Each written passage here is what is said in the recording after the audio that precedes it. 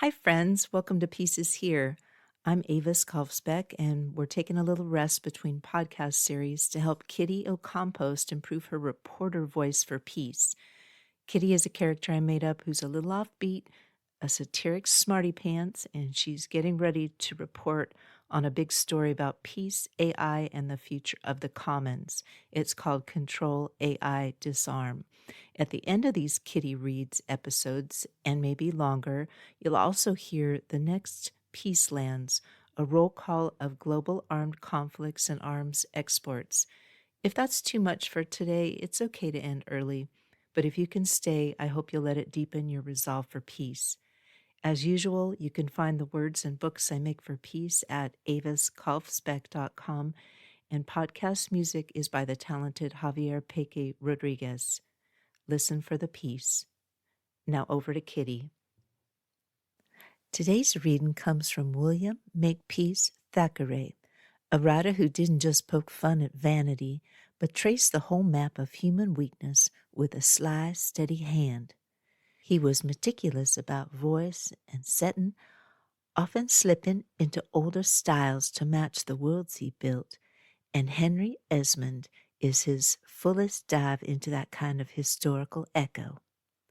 The history of Henry Esmond reads like an 18th century memoir, complete with court intrigue, shift in loyalties, and the ache of looking back on a life that didn't quite go where a person hoped.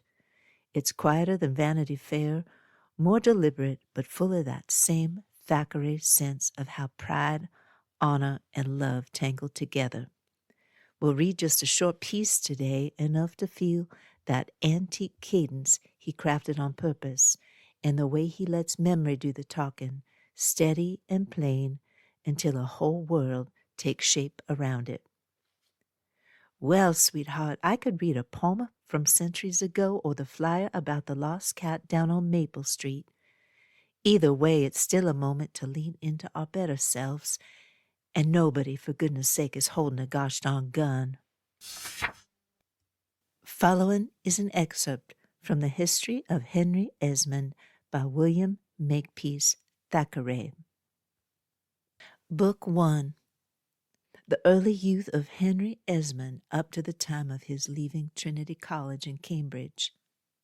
The actors in the old tragedies, as we read, piped their iambics to a tune, speaking from under a mask, and wearing stilts and a great headdress. 'Twas thought the dignity of the tragic muse required these appurtenances, and that she was not to move except to a measure and cadence. So Queen Medea slew her children to a slow music, and King Agamemnon perished in a dying fall, to use Mr. Dryden's words, the chorus standing by in a set attitude, and rhythmically and decorously bewailing the fates of those great crowned persons.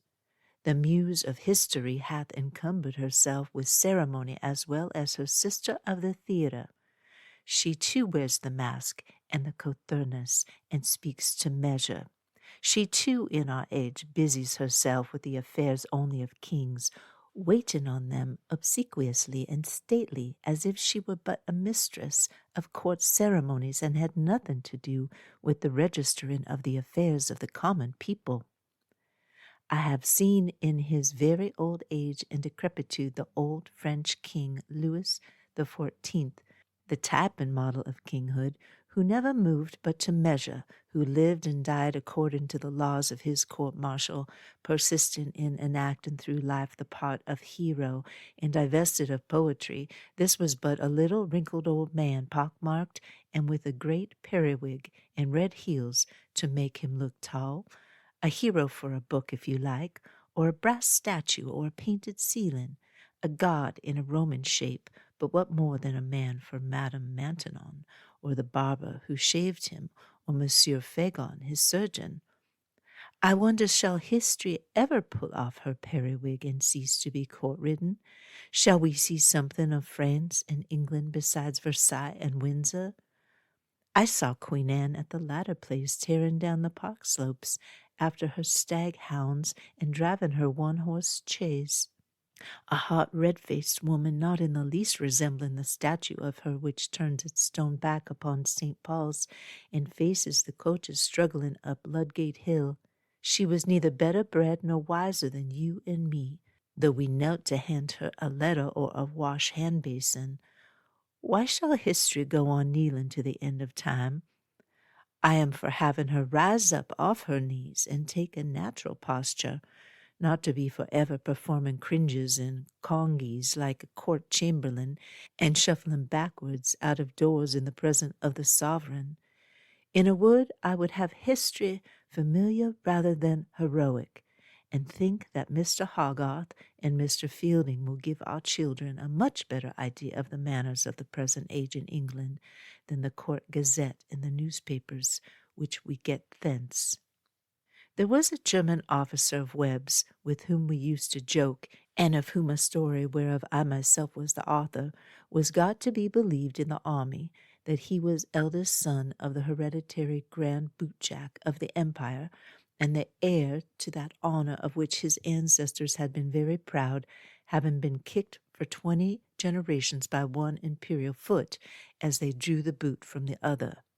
I have heard that the old Lord Castlewood, of part of whose family these present volumes are a chronicle, though he came of quite as good blood as the Stuarts whom he served, and who as regards mere lineage are no better than a dozen English and Scottish houses I could name, was prouder of his post about the court than of his ancestral honours, and valued his dignity as Lord of the Butteries and Groom of the King's Posset so highly that he cheerfully ruined himself for the thankless and thriftless race who bestowed it. He pawned his plate for King Charles I, mortgaged his property for the same cause, and lost the greater part of it by fines and sequestration, stood a siege of his castle by Iberton, where his brother Thomas capitulated, afterward making terms with the Commonwealth for which his elder brother never forgave him, and where his second brother Edward, who had embraced the ecclesiastical profession, was slain on Castlewood Tower, being engaged there both as preacher and artilleryman. This resolute old loyalist, who was with the king whilst his house was thus being battered down, escaped abroad with his only son, then a boy, to return and take a part in Worcester fight.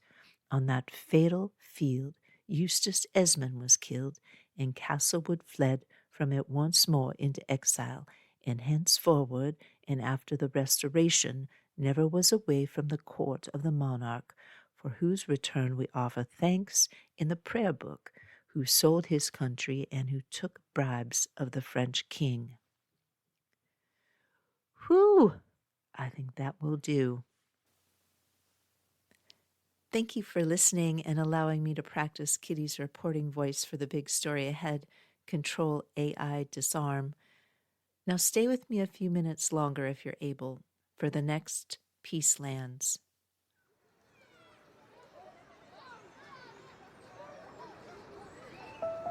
Podcasts usually have ads you fast forward through. This one doesn't. Instead, I invite you to pause here just for a few minutes and listen with an open heart. Not to memorize the numbers, not to analyze the politics. As I read each conflict, I'll say aloud, "Peace is here." You're welcome to say it with me or just think it quietly. If you'd like to read, sing, or paint your own version of the Next Peacelands, or tell me how to say peace is here in your language, I'd love to hear it. This is the Next Peacelands. Not for doom and gloom, not for pity or sadness, we speak and we listen to these geographic locations of wars and the numbers of deaths of human souls to help put the great disarmament, the period in which we live now, and peace at the forefront of our daily consciousness and actions. Following are the major and minor armed conflicts, each with over 1,000 deaths in the current year, based on the data available as of December 2025. Russo-Ukrainian war since 2014, 400,000 cumulative fatalities, 69,177 deaths year to date.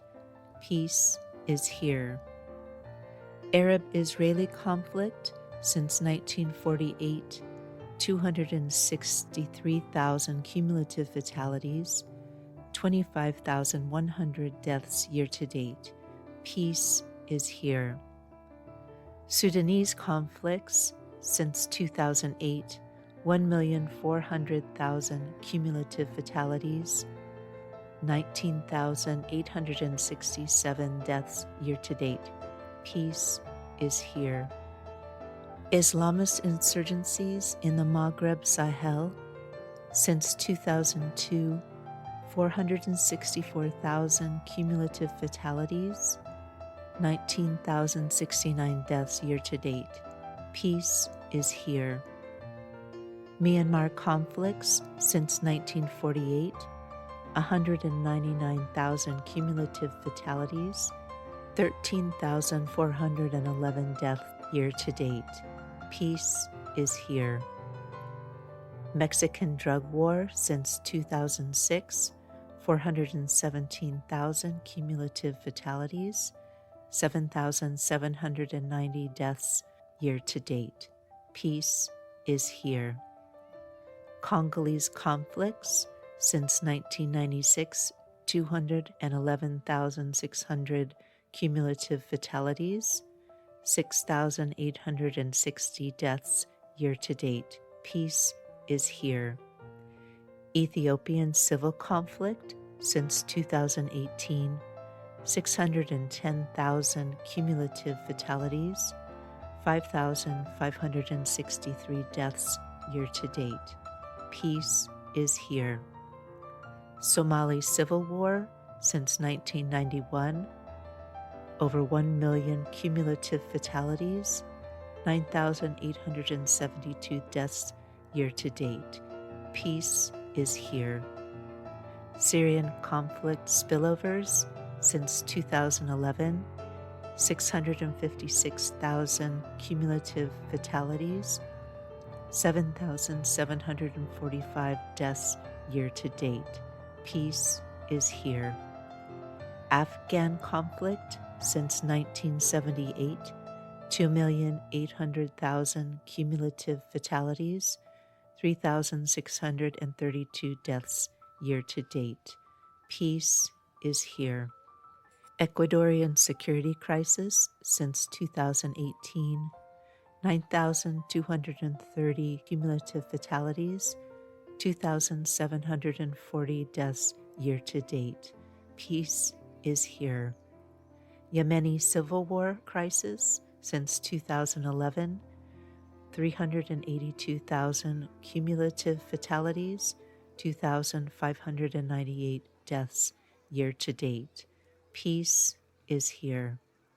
Colombian-Venezuelan conflicts since 1964, 457,000 cumulative fatalities, 2,482 deaths year-to-date. Peace is here. Haitian crisis since 2018, 20,000 cumulative fatalities, 2,480 deaths year-to-date. Peace is here. Does that mean the countries that weren't mentioned are more peaceful? Some are not. Here are the world's largest weapons exporters according to the Stockholm International Peace Research Institute's Arms Transfers Database. These numbers use TIV, the Trend Indicator Value, a measure based on the production cost of military equipment.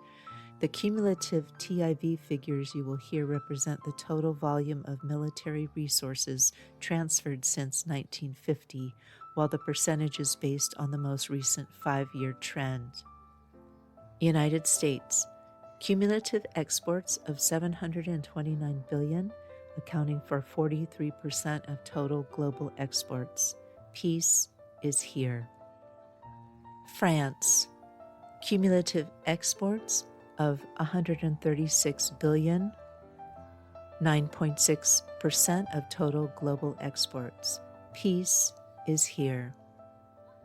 Russia, cumulative exports of $155 billion, 7.8% of total global exports. Peace is here.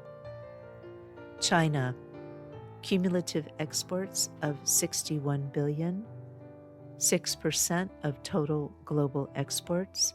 Peace is here. Germany, cumulative exports of 90 billion, 5.6% of total global exports. Peace is here. Italy, cumulative exports of 37 billion, 4.8% of total global exports. Peace is here. United Kingdom, cumulative exports of 144 billion, 3.6% of total global exports. Peace is here.